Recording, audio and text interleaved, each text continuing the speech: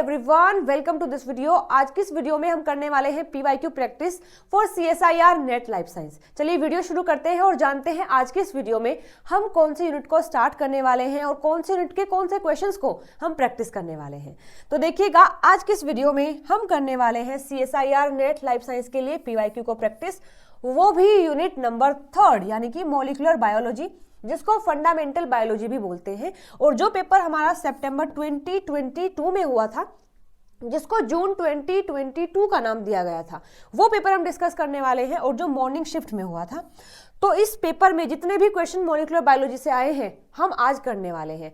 तो ऐसे ही हमने प्लांट फिजियोलॉजी के सारे क्वेश्चंस कंप्लीट कर लिए हैं, यानी जून 21, जून 20, जून 22 के सारे क्वेश्चन जितने भी प्लांट फिजियोलॉजी से आए हैं वो सब हम लास्ट की वीडियोस में प्रैक्टिस कर चुके हैं।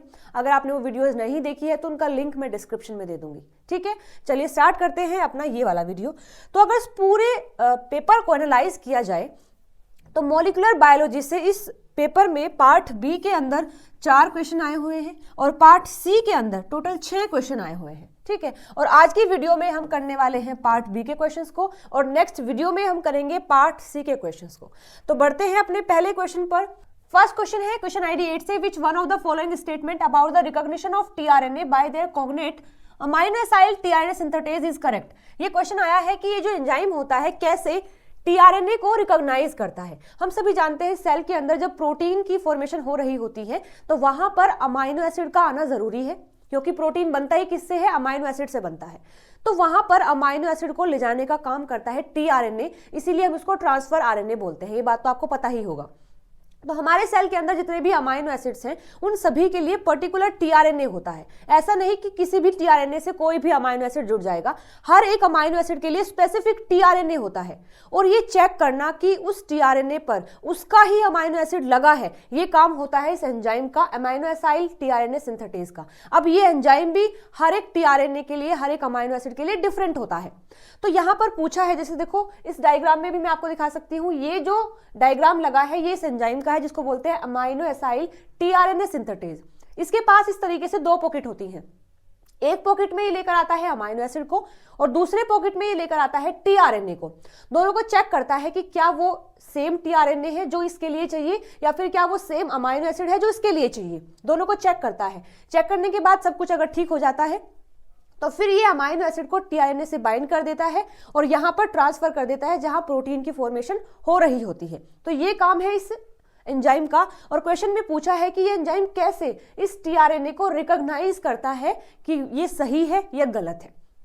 तो देखिए, इसके रिकॉग्निशन के लिए क्या होता है कि देखो टीआरएनए के पास जो साइट है, यहां पर आप देख सकते हैं टीआरएनए के पास ये जो साइट होती है, तो ये एंजाइम इस एंटीकोडोन की हेल्प से भी रिकॉग्नाइज कर सकते हैं। जैसे आप देख सकते हैं यहाँ पर ये जो एंटीकोडोन होता है इसकी हेल्प से भी रिकॉग्नाइज करता है। अगर ये यहाँ पर फिट हो जाता है तो मतलब ये सही टीआरएनए है।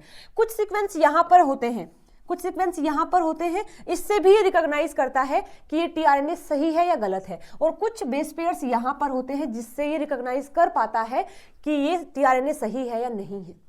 तो 3 होते हैं, एक अमाइनो एसिड यानी जो एंटीकोडोन होता है उसकी हेल्प से भी कर सकता है, या फिर यहाँ पर जो कुछ अमाइनो एसिड्स होते हैं उनके बिहाफ पर भी कर सकता है, और कुछ यहाँ पर होते हैं उसके बिहाफ पर भी कर सकता है। यानी तरीका अलग अलग हो सकता है, कोई फिक्स नहीं है कि हमेशा ऐसे ही रिकॉग्निशन होगा। ओके, चलिए अपना तो पढ़ते हैं फर्स्ट स्टेटमेंट जो कि लिखा है amino acyl tRNA synthetase recognize their cognate tRNA by the exclusively recognition of their anticodon।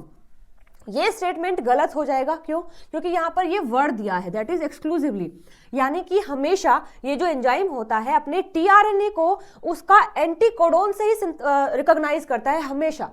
तो ऐसा तो नहीं होता ना, मैंने आपको अभी बताया है 3 तरीके हो सकते हैं, तो ये गलत हो जाएगा।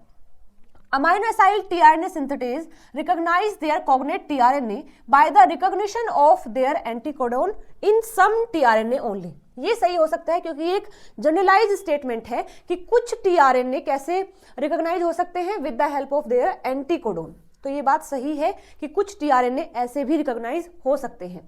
तो ये स्टेटमेंट सही हो जाएगा। आगे लिखा है amino acyl tRNA synthetase can not amino acylated a tRNA that lacks the conserve modification in the T psi C loop. देखो आपने अगर टीआरएनए का स्ट्रक्चर पढ़ा है तो यहाँ पर कुछ लूप होते हैं, ये टी लूप होता है, ये डी लूप होता है, ये एंटीकोडोन है और ये एक्सेप्टर आर्म होता है।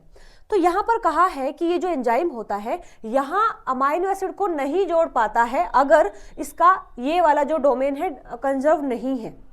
तो ऐसा नहीं होता है कि अगर ये कंजर्व नहीं है फिर भी ये जो एंजाइम है यहाँ पर अमाइनो एसिड को ऐड कर सकता है। तो इसमें लिखा है कि नहीं कर सकता है, तो ये गलत हो जाएगा।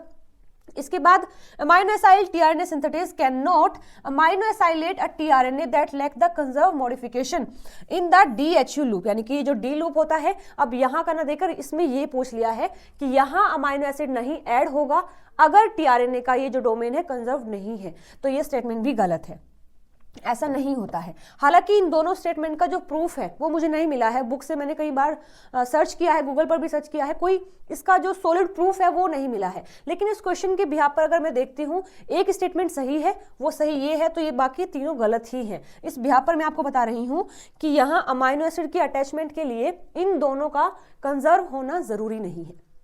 ठीक है, तो आई होप आपको ये क्वेश्चन समझ आया होगा। चलिए बढ़ते हैं अगले क्वेश्चन पर। क्वेश्चन आईडी जो 9 से आया है, histone variant play important role in chromatin function in mammalian cell, which one of the following statement is correct in the context of the histone variant. देखो हिस्टोन क्या होते हैं, हमारे सेल के अंदर बहुत बड़ा डीएनए है, उस बहुत बड़े डीएनए को एक छोटे से न्यूक्लियस के अंदर रखने के लिए उसे रैप करना पड़ता है ताकि वो थोड़ा कम हो जाए और न्यूक्लियस के अंदर आ सके। तो उस रैपिंग में हेल्प करता है ये हिस्टोन प्रोटीन। ये हिस्टोन प्रोटीन एक स्ट्रक्चर बना लेते हैं जिसके चारों तरफ ये डीएनए रैप होता है। ठीक है, तो ये जो बनता है ये बनता है हिस्टोन से। तो यहाँ पर 8 यूनिट होती है इस तरीके से, 4 तो ये है, फिर 4 उसके पीछे होती हैं। तो यहाँ पर इस तरीके से 8 यूनिट होती हैं और इसको बोलते हैं हिस्टोन ओक्टामर। देखो यहाँ हिस्टोन ओक्टामर बना हुआ है, 1 2 3 4 5 6 7 और इससे पीछे है 8। तो 8 यूनिट से बनता है ये ओक्टामर जिसके चारों तरफ ये डीएनए को रैप किया जाता है। और ये ओक्टामर बनता कैसे है, स्टोन से बनता है। तो कौन कौन सा स्टोन होते हैं, वैसे 5 टाइप के होते हैं, H1, H2A, H2B, H3 and H4। ये 4 टाइप के स्टोन होते हैं जो इस चीज में हेल्प करते हैं। तो जो ओक्टामर बनता है वो इन चारों का बनता है, यानी 2 यूनिट इसकी होंगी, 2 इसकी होंगी, फिर 2 इसकी हैं, फिर 2 इसकी हैं, सब मिलकर एक ओक्टामर बना देते हैं। लेकिन H1 सिंगल होता है, H1 का कोई ओक्टामर में कोई रोल नहीं है। जैसे आप देख सकते हैं यहाँ पर ये जो ओक्टामर बना है ये H2A का है, H2B का है, H3 का है, H4 का है। ठीक है, तो ये बनता है ओक्टामर। H1 का काम होता है इसको लिंक करना, यानी जो डीएनए आया है, रैप हुआ है और बाहर निकला है, उसको लिंक करने का काम होता है H1 का। तो H1 को लिंकर हिस्टोन भी बोलते हैं। यहाँ पर मैं आपको बता दूं कि ये सभी 5 हिस्टोन में से इन चारों के बहुत सारे वेरिएंट हैं। वेरिएंट इन द सेंस कि ये सेम नहीं होते हैं, इनके थोड़ा बहुत चेंज हो जाए, वेरिएशन हो जाए तो वो भी इस्तेमाल किए जाते हैं। लेकिन जो H1 होता है, जो लिंकर स्टोन होता है, उसका कोई वेरिएंट नहीं है, वो केवल एक ही टाइप का होता है सेल के अंदर। लेकिन इन सभी के बहुत सारे टाइप आपको मिल सकते हैं, यानी जो अलग होंगे बट फंक्शन सेम ही कर रहे होंगे। तो देखो इस क्वेश्चन में भी ये पूछा है कि जो स्टोन वेरिएंट है उसके रिगार्ड में ये क्वेश्चन आया है। फर्स्ट में लिखा है stone variant have been reported for H3 and H4 but not for H2A and H2B, तो ये गलत हो जाएगा। सेकंड में लिखा है stone variant have been reported for H3, H4, H2A but not for H2B, ये भी गलत हो जाएगा। Stone variant have been reported for H3, H4, H2B but not for H2A, ये भी गलत हो जाएगा। और लास्ट में लिखा है stone variant have been reported for H3, H4, H2A and H2B, ये बिल्कुल सही स्टेटमेंट है कि जो स्टोन के वेरिएंट है वो इन सभी के मिल सकते हैं केवल H1 को छोड़कर। ठीक है, तो इसके लिए सही आंसर हो जाएगा डी ऑप्शन। ये इंफॉर्मेशन भी आप रख सकते हैं। आगे बढ़ते हैं अगले क्वेश्चन पर। Which one of the following statement made about the bacterial replisome is incorrect, यानी बैक्टीरिया के अंदर जो रेप्लिकेशन होता है उसके रिगार्ड में आपको ये 4 स्टेटमेंट दी है, 4 में से 3 सही है, 1 गलत है। आपको बताना है कौन सा गलत है। चलिए रीड करना स्टार्ट करते हैं। The rate of forward movement of DNA B helicase along the template DNA increase 10-fold when DNA B and DNA pole third interact। Question में पूछा है कि जैसे ही रेप्लिकेशन होना स्टार्ट होता है तो वहां पर हेलिकेज का काम होता है उसको अनवाइंड करना और डीएनए पोल का काम होता है एक नया स्टैंड बनाते हुए चलना। क्वेश्चन में कहा है कि अगर ये दोनों एक साथ हो जाए, यानी हेलिकेज जो अनवाइंड कर रहा है डीएनए को और डीएनए पोल थर्ड जो नया डीएनए बना रहा है, अगर ये साथ साथ हो जाए साथ साथ काम करें तो वहां जो स्पीड है फॉर्मेशन की वो 10 फोल्ड इंक्रीज हो जाती है। इसीलिए ये इंश्योर किया जाता है कि हेलिकेज आगे ना चला जाए, कहां से, पॉलीमरेज से। ठीक है, जैसे देखो इस डायग्राम में मैंने बताया है, यहाँ पर ये क्या है, एक डीएनए का स्ट्रक्चर है और ये जो हेलिकेज एंजाइम है ये इसको अनवाइंड करता जा रहा है। इस साइड में ये डीएनए पोल हैं जो नए की फॉर्मेशन कर रहे हैं।